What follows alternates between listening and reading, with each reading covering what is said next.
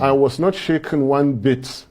I will never be shaken by certificate forgery, by forfeited money over narcotics. I will never be shaken by IREV switched off in the middle of the game when they saw us winning. Labour Party won 2023 presidential elections. No doubt about it. I'm telling you, it is not over. For Peter Obi and me, it is over. For we, the people, the Nigerian people, right, at any point in time, they can take back Nigeria. Right. Especially where their constitution has been violated. Especially where all that the Supreme Court ended up doing was to sustain the unconstitutionality. Right. Well, they are cheats, they are bullies, and they have taken full advantage of the situation in Nigeria. But we are now unquestionably in the Tinubu era, and he's clearly made some bold moves since he was sworn in on May the 29th. What do you think his presidency has delivered so far? Disaster. There is nothing bold or special about making appointments. You should be speaking about 26 Nigerian soldiers that were killed in neighboring Niger State, something that has never happened in all Nigerian military missions throughout Africa. Nigerian military are dreaded because they are good, they are professional, yet in our backyard they kill our soldiers. Under Tinubu, what is bold in having your soldiers being killed? To rub it in, they followed with killing another 8 soldiers. To rub it in, villages,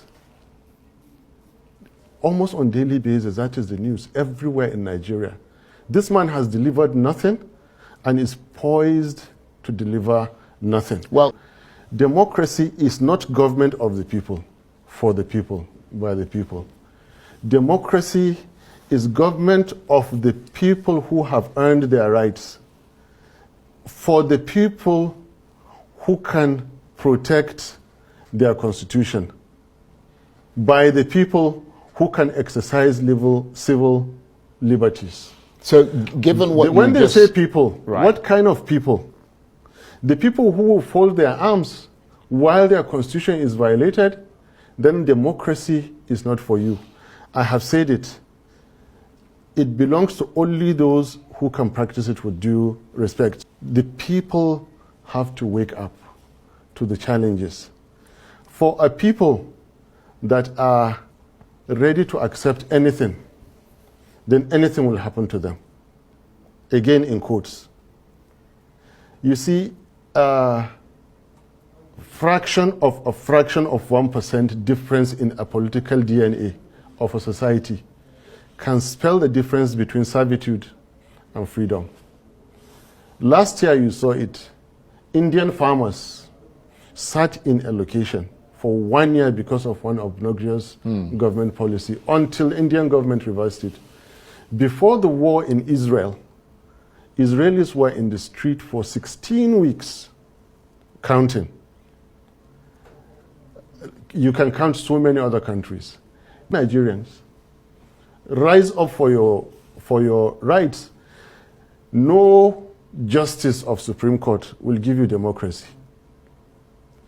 Yeah, you have to go out. But they're not going to be able to reverse that, are they? They will.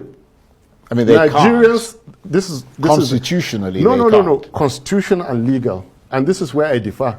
With all modesty, okay, I don't mind being alone on this. But I know I'm not breaking any law, and I have never had a criminal record. So what are you actually calling on the people to do? I'm this is instructive. I'm saying that we, the people that stood to form the Nigerian Constitution today, it is not over. For we, the people, power is that which remains standing when there is nothing to oppose it.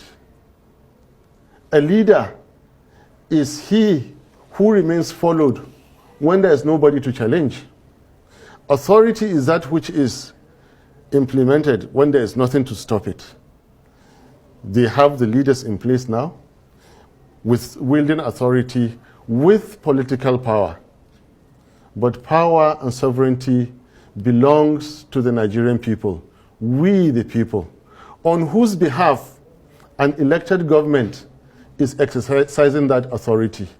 Now, where the people are dissatisfied with the rulings of their courts, they own Nigeria.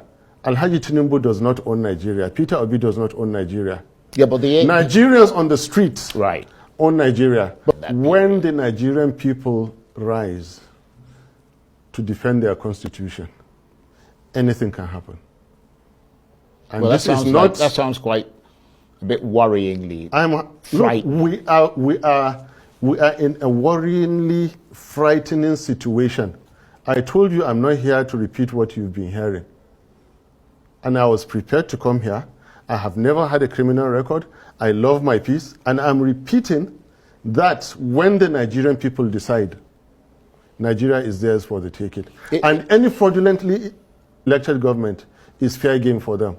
Nigerian people have the right, the constitutional right. As we speak now, DSS can go and interpret. They have lawyers there. Police, IG, and every day can go and interpret. The Nigerian people have that power. Not Obi or Atiku or anybody. Nigerian people have the power at any point in time to take their country. All they have to do, not even seek approval. They give notice. It's interesting. And listen. Right. You turn away the barrel of your guns, away from the Nigerian people, and point them at the enemies of Nigeria. This country belongs to Nigerians. Well, you've made that point. When Nigerians decide, but if they want to practice democracy, right. they will take this country. It has happened before. Now, whoever thinks that the Supreme Court will give democracy from any courtroom, the way it appears now, is mistaken. Nigerians have to go out and democracy. And this is not a treasonable comment. Right. I am not a careless person. I'm not after appointment. I am after the president and the vice president who were fraudulently elected, unconstitutionally elected. You heard Shawari criticizing me for me calling Tinubu uncle. I call him uncle where I said, you saw the picture that I went to greet him in the mosque. And they said that I went to plead. No, it's just respect.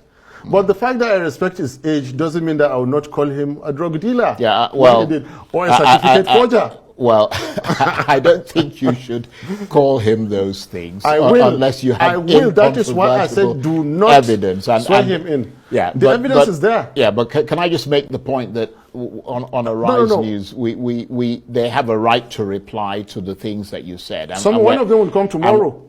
And we're giving them that. One of them will come tomorrow. Let them come and say that. We're giving them that right. Let them come and say that he didn't forfeit $460,000. Come back to the fact that I keep telling you, it is not over. If the Nigerian people decide to rise, they will reclaim Nigeria. Nigerians can take this power because their constitution has been breached. Right. That constitution is their own. They had faith. Right. What is your next move? Continue in this line of protecting Nigerian constitution. Continue in this line of creating awareness in Nigerian political system. Continue in the Labour Party and the Obedient Movement with Peter Obi.